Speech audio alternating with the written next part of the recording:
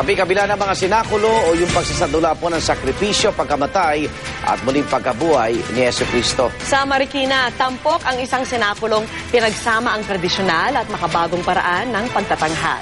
Saksi si Victoria Tulad. Ang pagdating ni Jesus sa Jerusalem kung saan sinalubong siya ng mga Hudyo ng buong galak.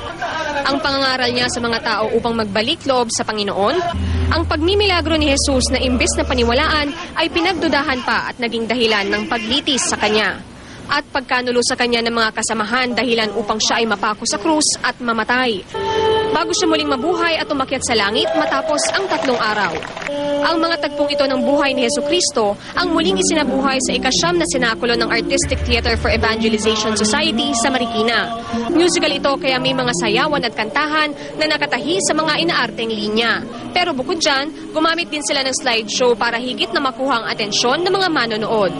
Meron akong ginamit na 12 koro na nagbibigay ng aral, nagsiset ng mood sa eksena, nangungonsensya sa audience. Taunan namin yung sakripisyo na during Holy Week. 2 buwan daw pinaghandaan ng grupo ang one-night musical.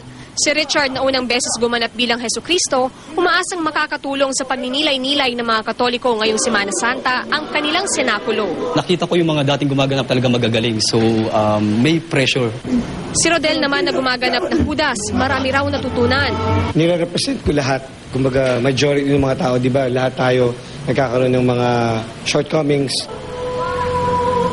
Kung na-miss nyo ang pagtatanghal sa Marikina, maaari ring dayuhin ang katulad ding musical tungkol sa buhay ni Cristo sa Good Friday at Black Saturday sa Taguig na pinaghahandaan na rin ngayon pa lang.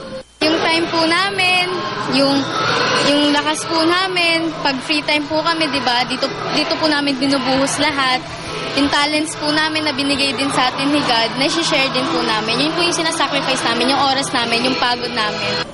Ayon kay Archbishop Emeritus Oscar Cruz, wala raw masama sa mga modernong sinakulo tulad ng musical at posible pang makabuti sa mga Katoliko. Ako si Victoria Tulad, ang inyong saksi.